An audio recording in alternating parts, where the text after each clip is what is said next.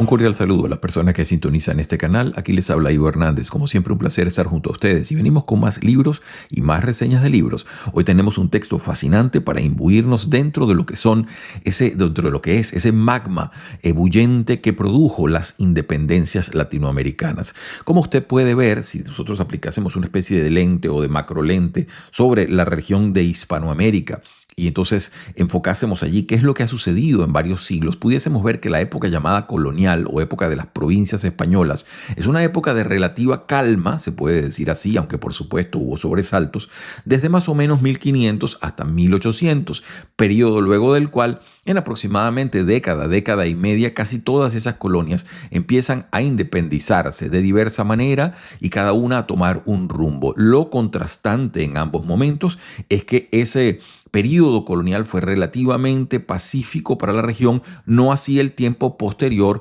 a las independencias, que fue un proceso de maduración política y bastante complejo. El punto es que me voy a quedar un poco antes de todo ello. Imagínense ustedes, les estaba hablando yo, 1800, nos vamos a ir una década antes. Piense más o menos alrededor de 1790, cuando un sujeto publica lo que se conoce como la primera carta o el primer documento que aboga directamente por la independencia de las colonias de España o de las provincias de España, lo cual es más exacto decir, y trata entonces de argumentar por qué debe ser eso. Y además, lo muy curioso, un elemento muy curioso y poco estudiado, es que lo hace desde diversos arbotantes, entre ellos, por supuesto, abogando por la clase social a la que pertenecía, que era la de los blancos criollos, pero abogando también por el tema de la libertad de comercio. Aquí tengo el texto, poco estudiado, fue durante el siglo XIX olvidado, en el siglo XX se le recogió de nuevo y ahora se le valora con la importancia que tiene, que es bastante grande y que fue conocido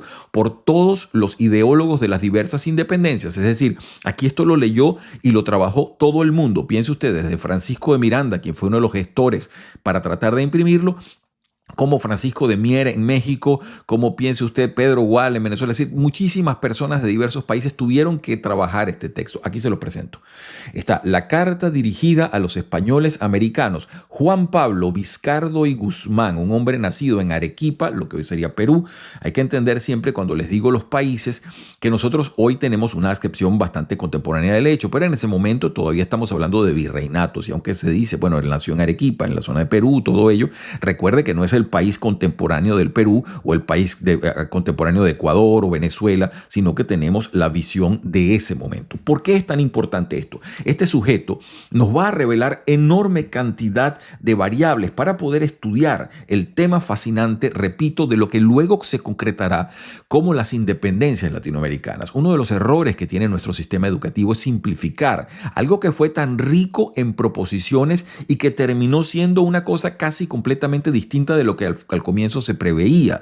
Dese cuenta la persona que gustan de analizar estos fenómenos que aquí gente muy ilustrada, incluyendo Alejandro de Humboldt, mucha gente que conocía la región, no pudo prever ni siquiera cómo se iba a dar todo al final y cómo luego, digamos, aproximadamente 1825, 1830, ya todo estaba concluido y se había dado con una fuerza ebulliente no previsible, no calculable por quienes estaban viendo esto. Vizcardo y Guzmán es un sujeto, además, que viene de los jesuitas. Él no termina su formación jesuítica porque ahí viene también otro factor sismático al cual vamos a aludir, que es la expulsión de los jesuitas de todos los territorios gobernados por España y la expulsión de los jesuitas por todos los territorios gobernados por Portugal y Francia. Y eso todo va a suceder en un periodo muy pequeño, un lapso prácticamente de unos 10, 15 años y va a tener consecuencias porque los jesuitas van incluso a ser cerrados como orden por el propio Vaticano. Ahí se va a producir realmente una turbulencia, una hecatombe para esa orden eclesiástica y vamos a ver por qué todo ello tiene una especie de magma ebulliente. Lo primero que vamos a trabajar metodológicamente es primero entender la expulsión de los jesuitas y por qué todo esto tiene que ver con las independencias latinoamericanas y con un documento, por ejemplo, como el que estamos enfrentando nosotros. Luego de ello vamos a hablar un poco de Juan Pablo Vizcardo y Guzmán, de este sujeto que, repetimos, nace en Arequipa, se forma, está en Perú durante los primeros 19, 20 años de su vida, cuando abruptamente, luego de la llamada pragmática sanción, que es exactamente el término de la orden que se da en las cortes españolas, los jesuitas jesuitas tienen que salir y son expulsados a los llamados territorios papales. Ya vamos a ver por qué. A donde terminan llegando varios miles de jesuitas desempleados y luego incluso sin orden, porque van a ser todos luego ex jesuitas en tanto que la orden va a ser eliminada.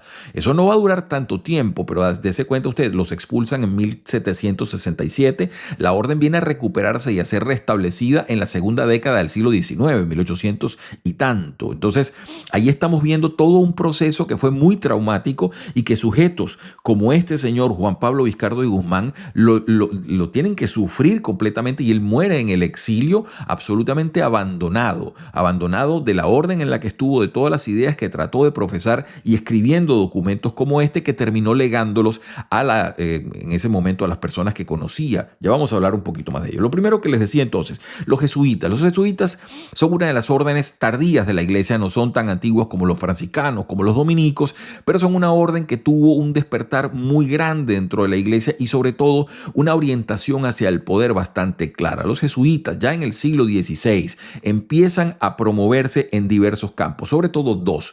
Ellos se dedican casi siempre a la educación de las nacientes clases mercantiles en Europa y se dedican al misionerismo, y el misionerismo lo abordan de una manera muy disciplinada, y son de ellos precisamente los primeros documentos que nos llegan de la China, del Japón. Es decir, tenemos documentos, por ejemplo, uno de los primeros sujetos que logra entrar en la ciudad prohibida china, que es Mateo Ricci, uno de los jesuitas que va a parar para allá y muere en China.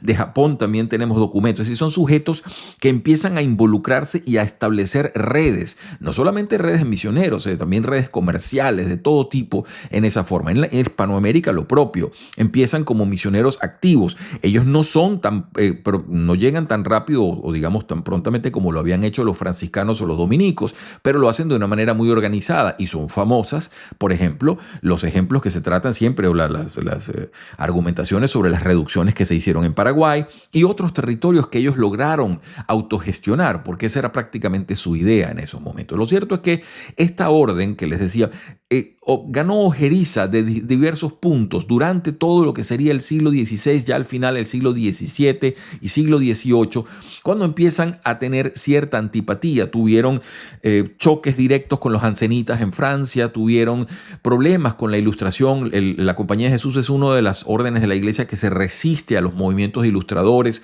Ellos se resisten también a la dominación de la iglesia por parte del Estado. Y van a tener además como un pie de página muy importante dentro de la instrucción católica, la instrucción de la iglesia, el llamado cuarto voto, que es que ellos, además de los votos que tienen todos de obediencia, que comparten con todas las órdenes, incluyen el factor de obediencia al Papa, lo cual los hizo ver siempre como una especie de quinta columna. No se les asociaba como órdenes que se radicaban en un país, sino órdenes ultramontanas, es decir, una orden que tenía una obediencia directa hacia Roma y que no respondía a los intereses del país donde vivía, sino que eran prácticamente como espías o ojos o entendimiento de la función del Vaticano sobre todas las cosas. Entonces, eso les ganó muchísima enemistad, más allá de que eso sea cierto o no en términos reales. Esa era mucha la percepción que había. Ellos además, fíjense ustedes, aquí hay varias cosas que suceden. Hay enorme cantidad de elementos que van contribuyendo a esa ojeriza. Nosotros podemos decirle, por ejemplo, fíjense,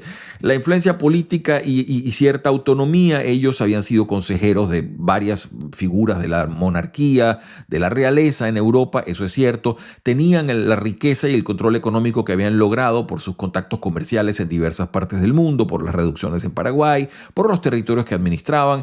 Tenían ciertas ideas subversivas en tanto a que no se asociaban, repito, con la corona española, sino que respondían ante todo al Vaticano. Eso era muy importante y ya ustedes lo van a ver con casos como el de Vizcardo, que es un crítico abierto a todo lo que es el colonialismo español. Fuera de que usted concuerde con él o no, así era visto. Entonces, hay una cosa que sucede en 1750 y es interesante, y esto es entre España y Portugal. Allí se pasa al llamado Tratado de Madrid. Esto son 1750. Se trata, en pocas palabras, de revisar el viejo Tratado de Tordesillas, 1494, aquel tratado que producía como una especie de gran meridiano que dividía la tierra y decía, bueno, de aquí para acá, cualquier tipo de territorio que se consiga va a ser hegemonía española, cualquier tipo de territorio de esta línea para acá va a ser de hegemonía portuguesa.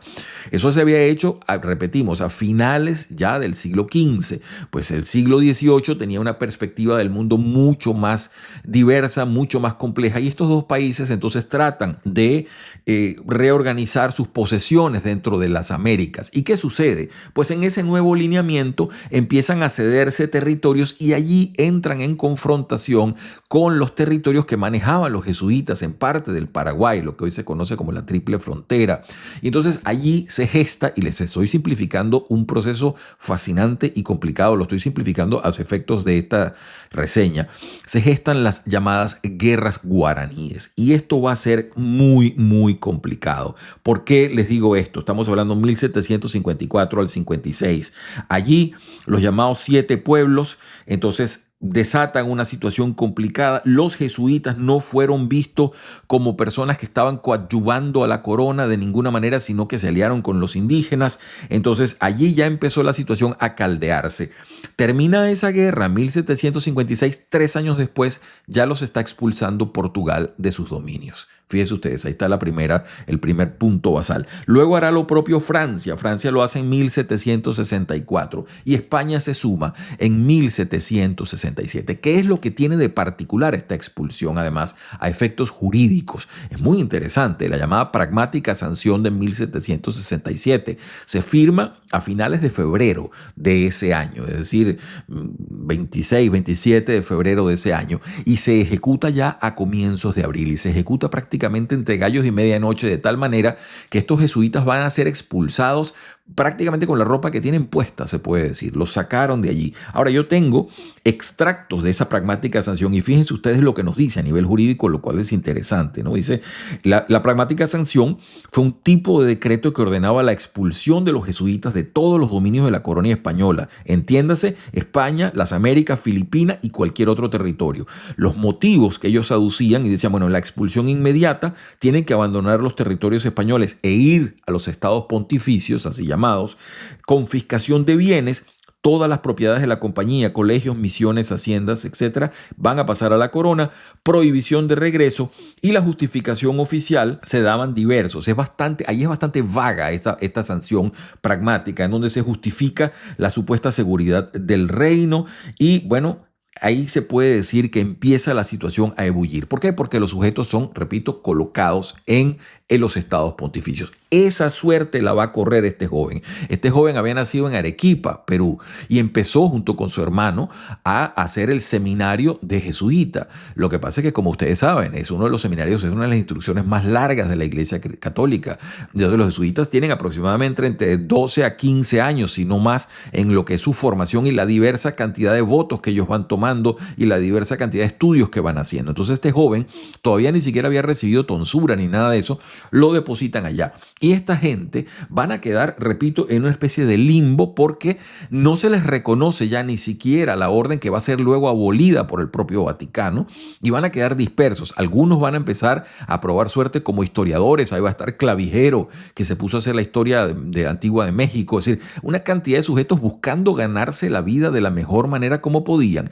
Aquí Vizcardo y Guzmán, tanto Juan Pablo como su hermano José Anselmo, van a tratar de probar suertes. La pasaron muy duro al comienzo, luego se vinculan con Inglaterra y empieza entonces él a cortejar de alguna manera a los ingleses, que eran el gran contrapoder a los españoles en el caso de lo que sería la Hispanoamérica. Ahí van a tratar de cortejarlo y termina luego siendo empleado para que, de parte del Ministerio de Exteriores, provea de informaciones al respecto. Muy difícil todo ello. Un punto, además, para cerrar el tema de la iglesia, que les quería poner era los papas. Los tengo acá en una pequeña lista, quisiera colocárselos en pantalla para que ustedes vean eso que les estoy narrando, esa hecatombe que fue la expulsión de los jesuitas en América Latina, que además hay un símil muy interesante. Usted puede ver en esto más o menos como lo que sucedió cuando Lenin en la revolución bolchevique le echa mano a la iglesia ortodoxa rusa y lo primero que agarra es todos los tesoros que tenía esta iglesia. Bueno, no es menos el caso en la expulsión de los jesuitas. De hecho, Vizcardo,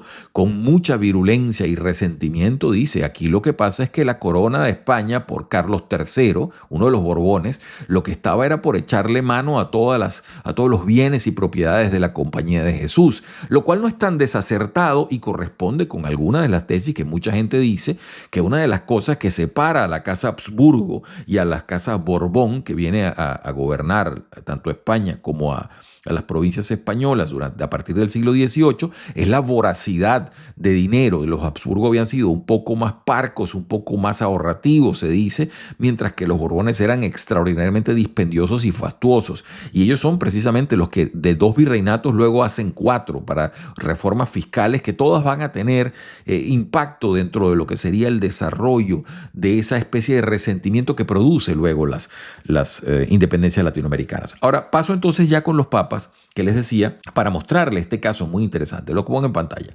Aquí está primero, fíjense ustedes, está Benedicto XIV, 1740-1758. Este no es el que les toca expulsar a los jesuitas, digamos, directamente todavía, pero ya enfrentaba críticas contra la Compañía de Jesús desde Portugal y Francia. Él trató de mediar en los conflictos, pero no, se le vio como un sujeto que no estaba a la altura de las presiones políticas. Luego viene Clemente XIII, 1758-1769. Este le explotan todas. Él era defensor, él los trató de defender a los jesuitas, publicó incluso una bula en 1765, la llamada Apostolicum Pascendi, en defensa de los jesuitas, pero no pudo contra ello. Las presiones de las coronas eran muy, muy fuertes en ese momento. Le sucede Clemente XIV o XIV, y este sujeto es quien le toca suprimir la Compañía de Jesús con el documento que se conoce Dominus ac Redemptor, 1773. Si usted conoce a algún jesuita, le puede preguntar por este momento. Ahí no pudo, pues, con las fuertes presiones que se ejercían de parte de las casas reales, y todo el mundo dice, para salvar a Clemente XIV, que eso fue una decisión política y no fue doctrinaria, que el in pectore todavía pensaba que la compañía tenía que ser salvada. Lo cierto es que luego viene Pío VI, que sucede a Clemente XIV, no revoca la supresión, trata de buscar alguna forma de continuidad en aquellas regiones donde jesuitas eran tolerados. Estamos hablando en Asia, atención, no en Hispanoamérica. Y el pontificado, pues, este hombre además le explota la Revolución Francesa en las manos. Entonces es realmente demasiado lo que tuvo que hacer. Y él fue además capturado por las fuerzas napoleónicas. Entonces aquí no había tanto que pensar. Y luego Pío VII, y aquí viene el respiro, porque él instaura de nuevo la Compañía de Jesús, 1814, con la bula Solicitudo Omnium Ecclesiarum, después de la caída de Napoleón, es decir, después del Concilio de Viena, 1815 y todo ello, ¿no? Entonces ahí luego, por cierto, en esa bula se habla de nuevo de el valor intelectual y pastoral de los jesuitas, etcétera, etcétera. Y entonces vuelve el ambiente. Pero ya para todas estas, Vizcardo se había muerto. Y él no solamente, sino muchos otros que murieron de pena, de mengua, de pobreza, de miseria, de las diversas cosas que les afectaron. Porque imagínense ustedes sacar ese montón de gente, estamos hablando de miles de personas, y tirarlos allí en Italia, en Livorno, en algunos lugares, eran estados pontificios donde se desenvolvían, y los sujetos terminan desempleados allí sin saber qué hacer. Unos se metieron historiadores, hacían lo que pudieron, Clavijero hizo lo propio, les decía, y otros allí, pero no todo el mundo corrió con esa suerte. ¿Qué más tenía por acá para hablarles? Sobre todo me interesaba mucho que pudiésemos entender esto de los jesuitas en Latinoamérica, porque es algo que no se suele abordar. Paso a la figura de Juan Pablo Vizcardo y Guzmán, el sujeto que hoy nos convoca. Fíjense ustedes, Vizcardo es un sujeto que nace en una clase pudiente. Él tiene linaje español por parte de su padre, tiene linaje con los llamados curacas, que eran los nobles de los incas. Eso es una figura que amerita por sí mismo un estudio mayor que el que yo le puedo dar en este momento. Me gustaría mucho poder hablar más de ello, porque son una institución o un grupo social, si lo quiere ver así, que tiene trascendencia incluso anterior a lo que sería la presencia ya de los españoles en la región del Perú, en esa zona de todo lo que sería ese virreinato después. Ellos tienen o fueron siempre mediadores entre la figura del regente y las demás personas. Es una especie de nobleza, por decirlo así. De manera que este sujeto, que mucha gente lo ha comparado en términos de... Hay varias coincidencias en las vidas. Lo han comparado mucho con el Inca Garcilaso de la Vega, en tanto que a ambos les toca migrar a los 20 años. Por supuesto, tiempos muy diferentes, atención. Y el Inca no era... Garcilaso de la Vega no era jesuita. Cosas muy distintas. El punto es que a ambos les toca migrar muy jóvenes. Ambos son autodidactas, se forman afuera, viven afuera, mueren afuera. En fin, toda esa situación interesante que algunos han tratado de vincular en torno a todos ellos. Este sujeto, repito, va a caer en Italia muy joven con su hermano y allá entonces empiezan a buscar fortuna. Él trata de hacer contacto con Inglaterra de las mejores maneras que puede y de ofrecer sus servicios. Van a vivir a Londres y pasan un par de años. En 1781 al 84 tengo entendido que están allí, no les va muy bien, no logran hacer todos los contactos y se devuelven. A todas estas él sigue muy activo intelectualmente, escribiendo cartas, haciendo contactos, escribiendo muchas personas. Se puede hacer un paralelo, si usted lo quiere ver, ese tipo de actividad incesante intelectual con el precursor venezolano Francisco de Miranda, quien es un sujeto que coincide con Vizcardo, que va a ser el gran gestor de este documento, por cierto. Francisco de Miranda, con ese olfato que tuvo respecto a las cantidades de cosas que le tocó vivir, no sé si concordaron, creo que personalmente no sé si llegaron a conocerse, no tengo fe de eso, de que ellos ha sucedido. Sin embargo, ambos estuvieron en ese Londres germinal y muy turbulento. Piense usted de esta manera, fíjense, si nos toca diagramar las dos últimas décadas del siglo XVIII, piénselo desde el punto de vista de Inglaterra.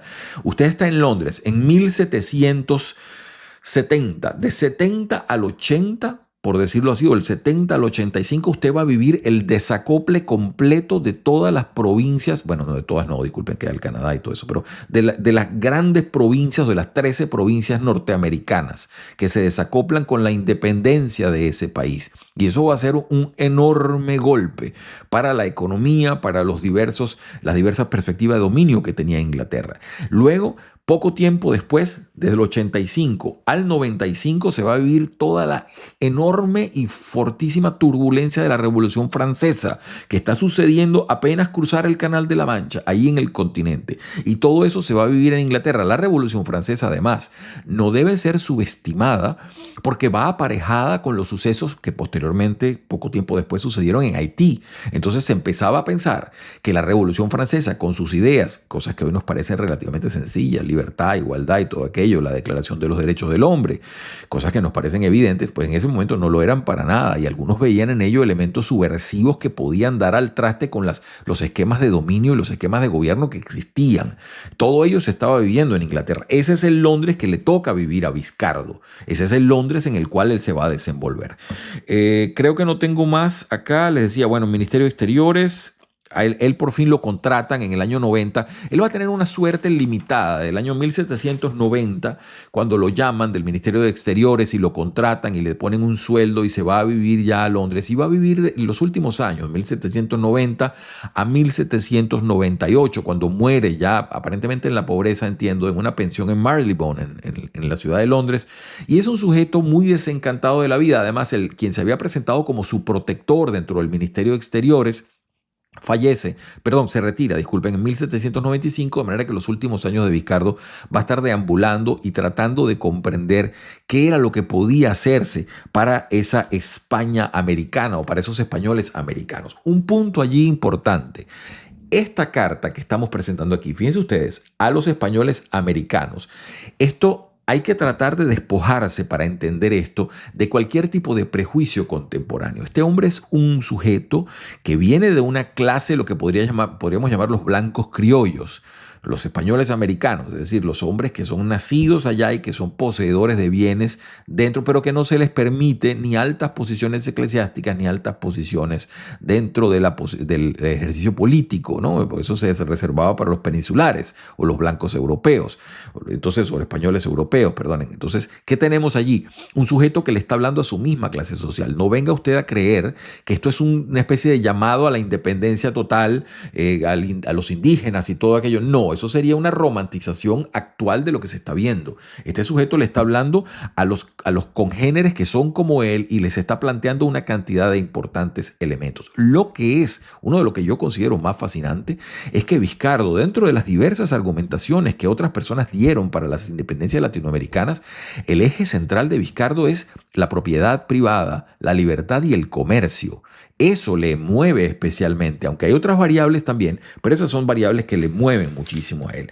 El punto es que también hay algo que sucede cuando él está en Londres, que digamos que le sitúa dentro de las cosas que iban a pasar y que le aterrizaron los sueños, en cierta manera. Él estaba tratando de promover una fuerza invasora de parte de Inglaterra que, perdidas las colonias, las 13 colonias del norte, intentase entonces tomar para independizar, así lo veía él de una manera un poco ingenua, las colonias españolas en el sur e instaurar regímenes un poco más benévolos con las personas que allí vivían. Esto es bastante discutible, pero así lo veía. El punto es que cuando en España se declara la guerra contra Francia, la llamada Guerra de los Pirineos en 1793, va a durar del 93 a 95, inmediatamente se produce ese juego de alianzas típico de la Europa del siglo XIX y parte del XVIII, que es esas alianzas cuando dos países se unían contra otro o varios se unían contra este contra aquel, etc. Entonces Inglaterra inmediatamente toma parte y se alía con España en esa Guerra de los Pirineos contra Francia. De manera que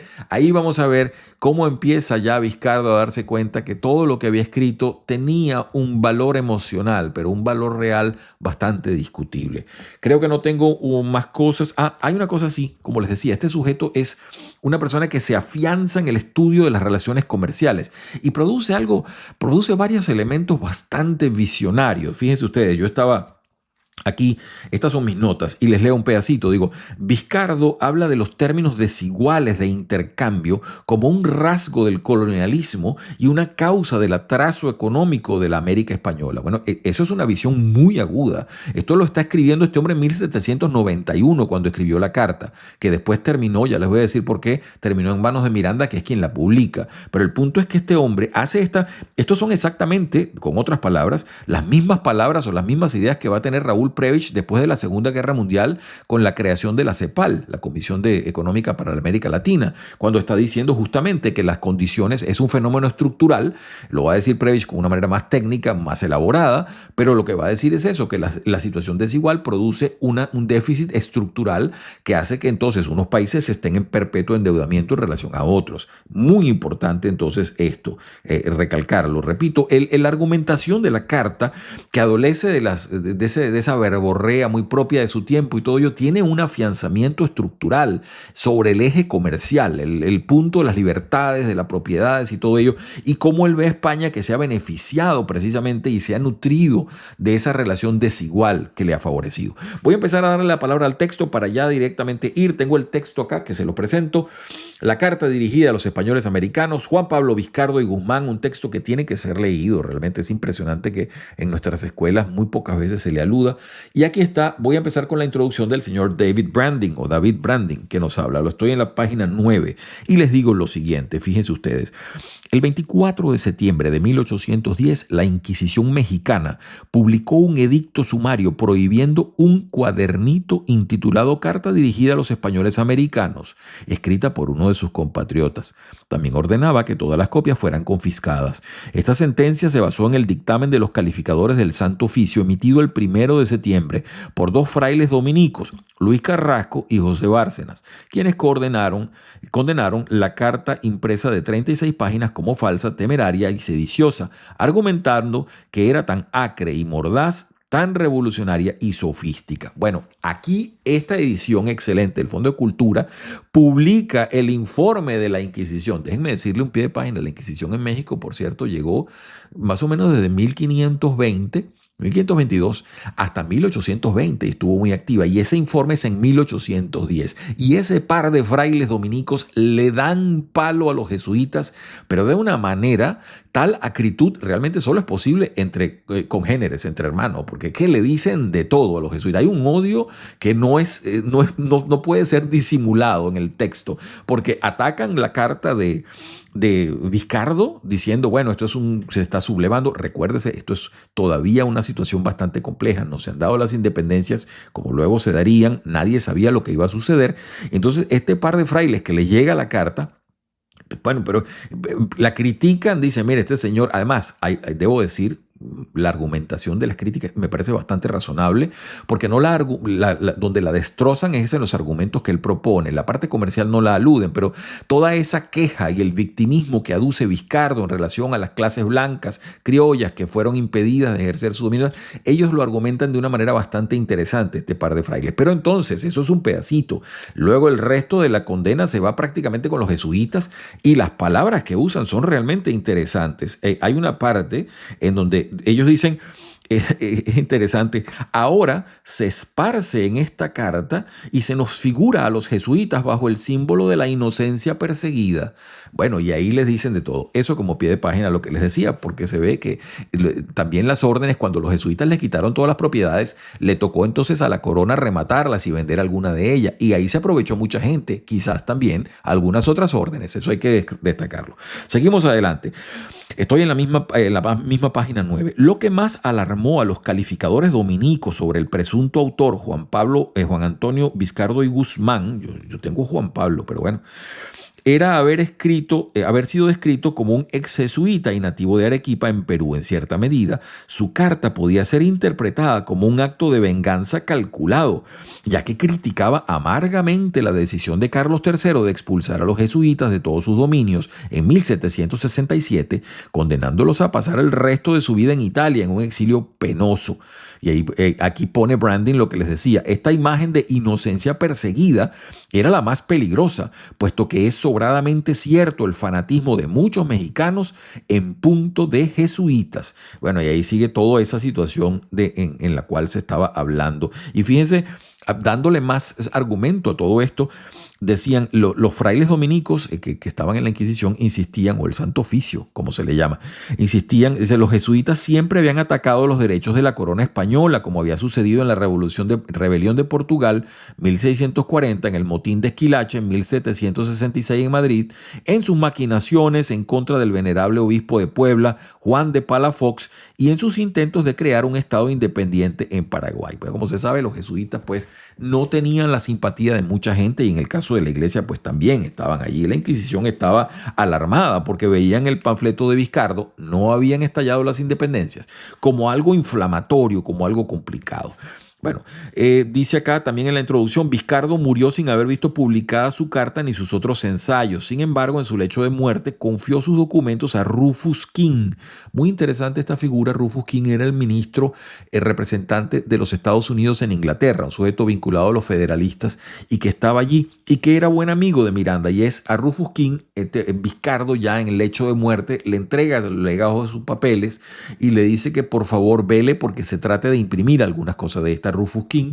Lo que se le ocurre es abordar a Miranda, quien, por supuesto, con un olfato y hay que decir una honestidad bastante importante, él ve todos esos documentos y se da cuenta que lo que más vale es esta carta, justamente esta, y entonces la traduce al francés, la imprime, perdón, creo que la había traducido Vizcardo al francés, él la imprime y revisa las ediciones y luego le devuelve a Rufus King todos estos papeles. Lo digo todo esto porque es en los legajos que dejó Rufus King mucho tiempo después, cuando se rescata de nuevo la figura de Vizcardo, que había pasado incluso para los propios peruanos durante muchísimo tiempo bajo radar. No lo habían rescatado con la importancia que tiene y entonces lo vienen a hacer. Hay un libro 1983 de la Universidad Católica Venezolana, la Universidad Católica Andrés Bello, que creo que es de Merle Simmons, y ahí es donde se ponen los primeros, la primera antología completa de los trabajos, que yo sepa, de los trabajos de Vizcardo, pero en su propio país había volado por debajo de radar mucho tiempo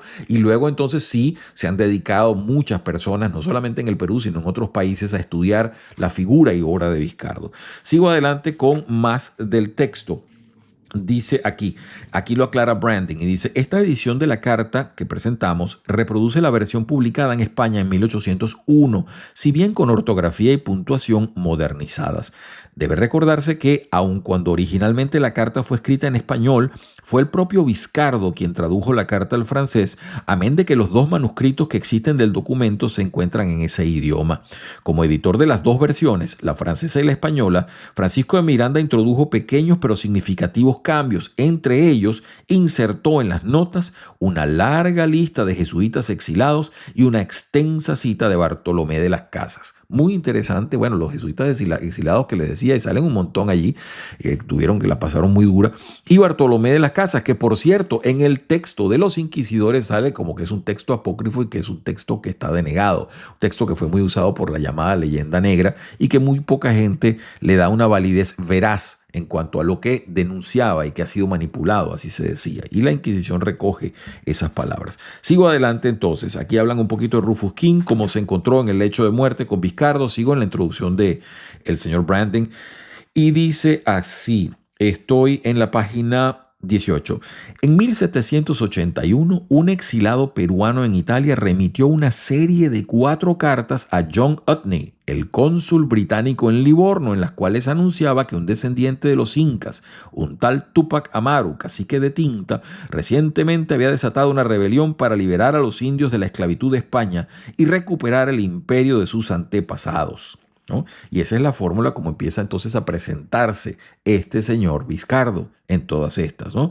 Él dice, el Viscardo le decía al señor Utney, por su parte, ofrecía sus servicios al gobierno británico, resaltando que aun cuando había dejado Perú en 1768, a los 20 años de edad, había crecido en la provincia de Arequipa y estudiado durante 7 años en la ciudad de Cusco, el único lugar en donde se podía obtener una idea verdadera de Perú.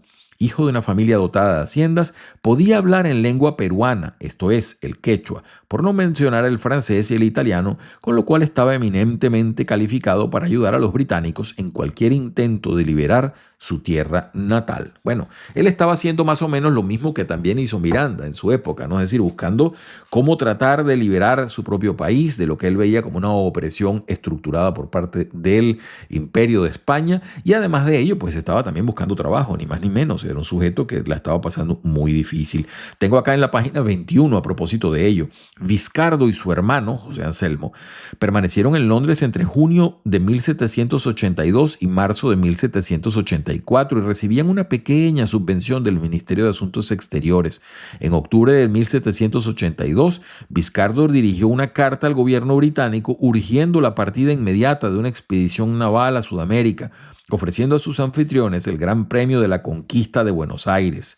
Recuérdese que los países como los entendemos hoy no existían, y él cuando hablaba en algunos de esos documentos afiebrados que le tocó hacer, él hablaba de una flota de ingleses de 5 o 6 mil soldados que podían ingresar y daba diversos sitios. En una decía en Maracaibo, Venezuela, hoy en día. En otras partes creo que hablaba en uno de los puertos en Perú, en otras partes hablaba en Chile. Es decir, él se hacía todos unos planteamientos en ese momento.